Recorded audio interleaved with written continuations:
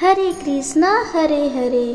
प्यारे भक्तों, आज हम सुनेंगे अघन मास की वो चमत्कारी कथा जिससे सुनने मात्र से ही आपका भाग खुल जाएगा। तो आइए सुनते हैं। द्वापर युग में भारतवर्ष के सौराष्ट्र देश में एक पराक्रमी राजा रहते थे। वे चारों वेद, 6 शास्त्र और 18 पुराणों के ज्ञाता थे। उनकी रानी का नाम था सूरज चंद्रिका, जो बहुत सुंदर, सुशील और गुणवान थी। उन्हें एक पुत्री का वरदान मिला था जिसका नाम था श्यामबाला। एक दिन महालक्ष्मी जी ने सोचा, मैं राजा के महल में रहूं तो वह अधिक धनवान होगा और अपनी प्रजा को सुखी करेगा। अगर मैं किसी गरीब के घर रहूं तो वह केवल अपने लिए धन खर्च करेगा। यह सोचकर देवी ने एक वृद्ध ब्राह्मणी का रूप धारण किया। हाथ में लाठी लेकर रानी के महल के द्वार पर पहुंची। भले ही वो बूढ़ी दिख रही थी, पर उनके चेहरे से दिव्य तेज झलक रहा था।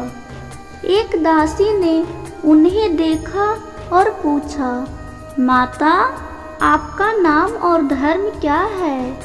महालक्ष्मी जी ने कहा, बेटी, मेरा नाम कमल है और मेरे पति का नाम भुवनेश है। हम द्वारका में रहते हैं। तुम्हारी रानी पिछले जन्म में एक गरीब वैश्य की पत्नी थी। वह बहुत दुखी रहती थी क्योंकि उसका पति दरिद्र था और रोज झगड़ा करता था। एक दिन वह घर छोड़कर जंगल चली गई। उसकी हालत देखकर मुझे दया आया और मैंने उसे श्री महालक्ष्मी व्रत करने को कहा। व्रत करने से वह बहुत सुखी हुई, धन संपत्ति मिली और उसका जीवन आनंद हो गया। व्रत के पुण्य से वह और उसका पति मृत्यु के बाद लक्ष्मी लोक में गए। अब इस जन्म में वह रानी बनी है, पर श्री महालक्ष्मी का व्रत करना भूल गई है। उसे याद दिलाने मैं यहाँ आई हूँ। दासी ने रानी को सारी बातें बताई, पर रानी को अपने धन पर बहुत घमंड था। उसने बूढ़ी ब्राह्मणी का अपमान किया और उन्हें भला बुरा कह दिया। यह देखकर महालक्ष्मी माता वहां से चली गई। रास्ते में उन्हें राजकुमारी श्यामबाला मिली। श्यामबाला ने माता से क्षमा मांगी। महालक्ष्मी जी ने उस पर दया की और उसे व्रत की विधि बताई। वह दिन अघन महीना का पहला गुरुवार था। श्यामबाला ने श्रद्धा से व्रत किया। फलस्वरूप उसका विवाह राजा सिद्धेश्वर के पुत्र मलाधर से हुआ। वह बहुत सुखी और धनवान हो गई। उधर रानी सूरज चंद्रिका पर देवी का क्रोध हुआ। राजा का राज नष्ट हो गया, धन दौलत चली गई और घर में खाने तक के लाले पड़ गए।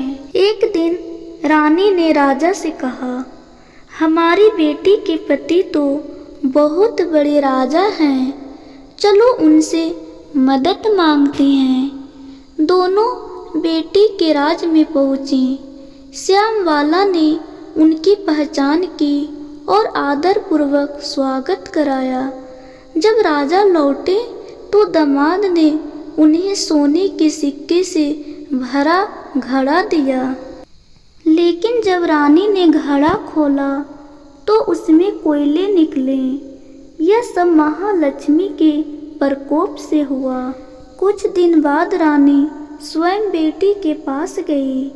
वह दिन अघन महीना का अंतिम गुरुवार था। श्यामबाला ने अपनी माँ से भी व्रत कराया। व्रत करने के बाद रानी को फिर से राज, धन और ऐश्वर्य प्राप्त हुआ। उनका जीवन फिर से सुखमय हो गया। कुछ समय बाद श्यामबाला अपने पिता के घर आई। रानी को याद आया कि पहले श्यामबाला ने अपने पिता को कोयले का घड़ा दिया था, इसलिए उसने उसका आदर नहीं किया। श्यामबाला ने इस बात का बुरा नहीं माना। वापस जाते समय वह अपने घर के लिए थोड़ा नमक ले गई। घर पहुंचकर जब उसके पति ने पूछा, मायके से क्या लाई हो, तो उसने कहा, वहाँ का स्वाद लाई हूँ। उस दिन खाना भी स्वाद था। उसने थोड़ा नमक डाला तो सब स्वादिष्ट आ गया। तब उसने कहा, यही है मेरे मायके का स्वाद। जो भी व्यक्ति श्रद्धा और भक्ति से श्री महालक्ष्मी व्रत करता है, उसे माता की कृपा, सुख, संपत्ति और शांति प्राप्त होती है। परंतु जब सुख मिले तब भी माता की पूजा और व्रत करना कभी नहीं भूलना चाहिए।